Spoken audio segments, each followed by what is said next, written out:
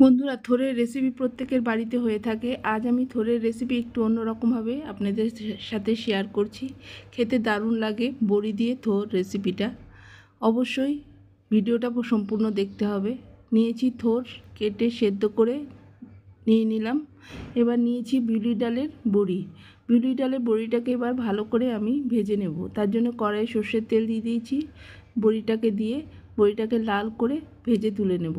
এই বিউলি ডালের বড়ি দিয়ে থোড়ের রেসিপি এক অসাধারণ রেসিপি হয়। অবশ্যই ট্রাই করুন, ট্রাই না করলে বুঝবেন না। তার বড়িটা ভাজা হয়ে গেছে, তুলে নিচ্ছি। এবার কড়াইয়ে সর্ষের তেল দিয়ে তেজপাতা, শুকনো লঙ্কা আর গোটা 1 চামচ জিরে ফোড়ন দিয়ে দিলাম। ফোড়নটাকে একটু ভেজে নিতে হবে।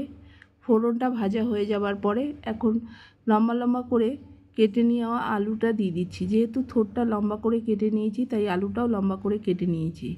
আলুটাকে ভালো করে একটু ভেজে নিচ্ছি। আলুটা একটু লাল লাল করে ভেজে নিতে হবে। ভাজা হয়ে গেছে দেখুন। এরপরে আমি দিয়ে দেব এর মধ্যে মশলা 1 চামচ জিরে গুঁড়ো, 1 চামচ জিরে গুঁড়ো দেবো। আর কাঁচা লঙ্কা মিক্সিতে পেস্ট করে নিয়েছি, সেই কাঁচা লঙ্কা বাটাটা দিয়ে দিচ্ছি। মিক্সির বাটিটা ধুয়ে কিছুটা জল দিয়ে দেবো। এবার মশলাটা, জিরেটা যেহেতু গুঁড়ো দিয়েছি তার জন্য আমি মশলাটাকে মিশিয়ে নিলাম, নাহলে পুড়ে গেলে ভালো লাগবে না। এরপরে আমি জলটা দিয়ে দিচ্ছি। 1 চামচ হলুদ গুঁড়ো ও স্বাদ মতো নুন।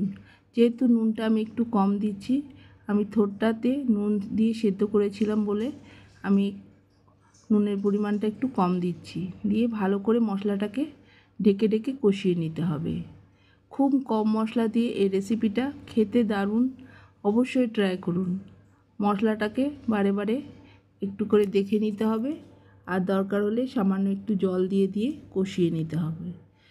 আমিও সামান্য একটু জল দিয়ে মশলাটাকে ভালো করে কষিয়ে নিচ্ছি। এরপরে কষানো হয়ে যাওয়ার পরে দিয়ে দিচ্ছি আমি এখন সেদ্ধ করা থোড়টাকে দিয়ে ভালো করে মশলার সাথে মিশিয়ে দিতে হবে। ভালো করে মশলার সাথে মিশিয়ে দিয়ে আরও কিছুক্ষণ কষিয়ে নিতে হবে।